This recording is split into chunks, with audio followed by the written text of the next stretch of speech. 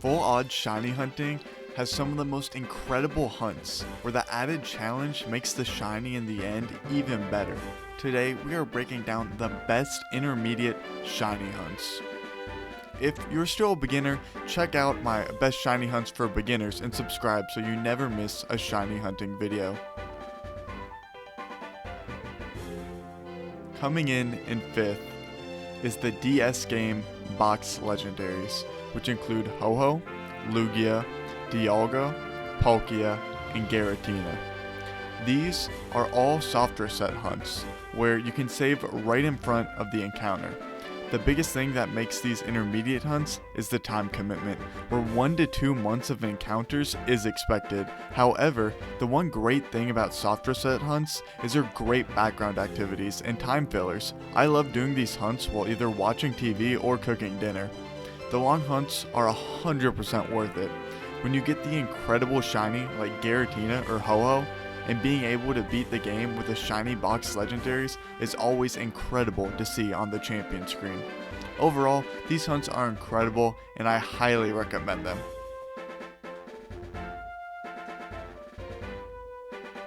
Coming in 4th place are the Hoenn starters in Ruby and Sapphire. These are some of the quickest softer set hunts, and they just have some caveats that make them intermediate. The first one is Shiny Pooch. How the hunt works is you pick out your Pokemon and are immediately put into battle. The problem is the Poochyena you're put into battle with can also be shiny, which means you have a 50% chance to phase. On my Mudkip hunt, I got it first try, but for Treecko, I ended up getting 3 Pooches. But that isn't even the biggest challenge with this hunt.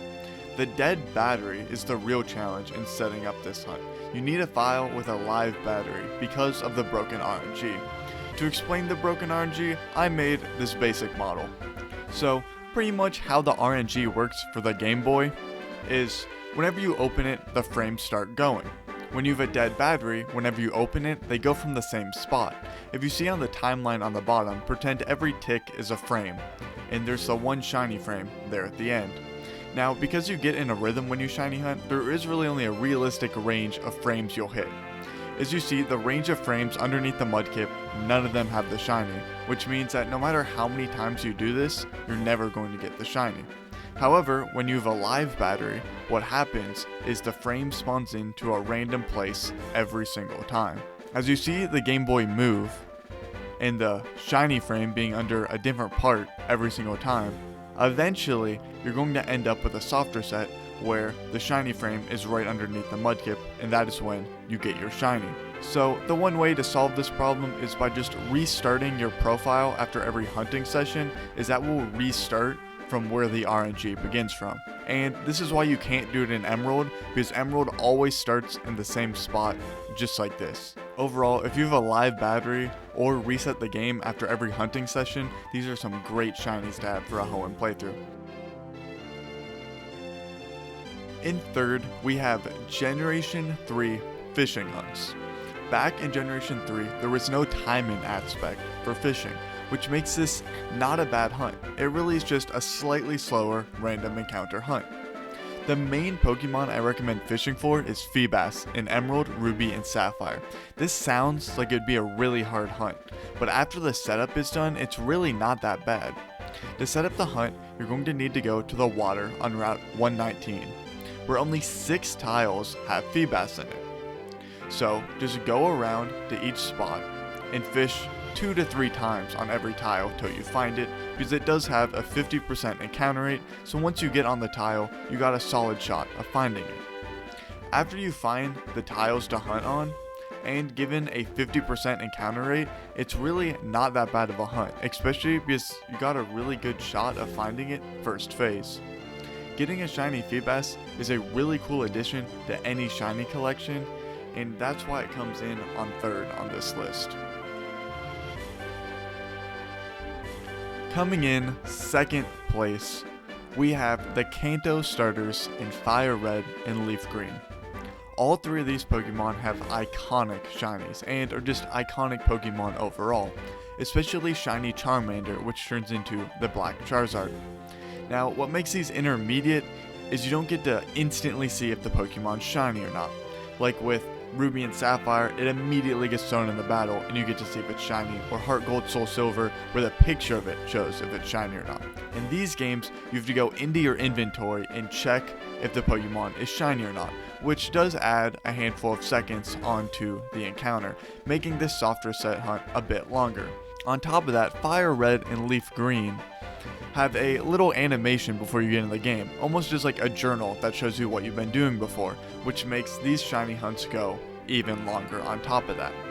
But other than the time commitment, this is a shiny hunt which is completely worth it, and one that is definitely on my bucket list to complete soon. Having a shiny starter which you get to play through the whole entire game with, especially in an iconic game like the Kanto region, which makes it completely worth it to take the time and get one of these 3 incredible shiny Pokemon.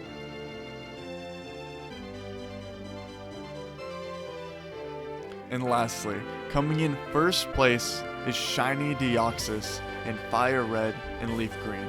This is a hunt I completed very recently, so I might be a bit biased, but it is one of my favorite hunts I've ever done.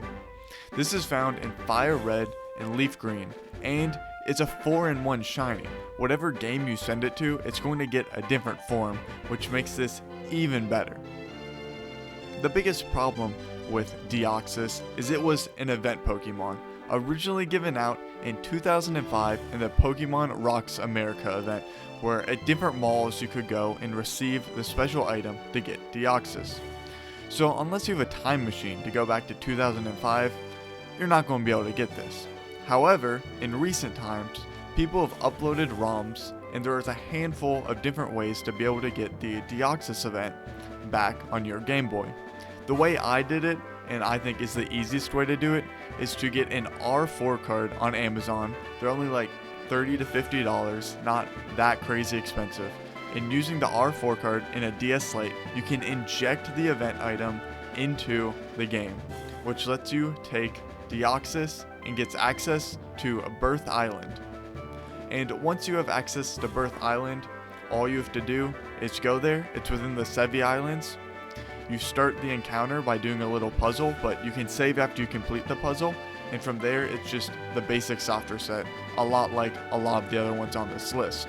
The setup for this one is what makes it number 1 on the list, and it's the only time in any Pokemon game that you can shiny hunt for Deoxys, which I think makes this even better. So if you want to add a very rare shiny Pokemon to your collection, I highly recommend going after shiny Deoxys in FireRed and LeafGreen. Thank you for watching, hope you enjoyed it, and comment below the latest shinies that you have caught, and don't forget to subscribe so you never miss out on a shiny Pokemon video. See you later.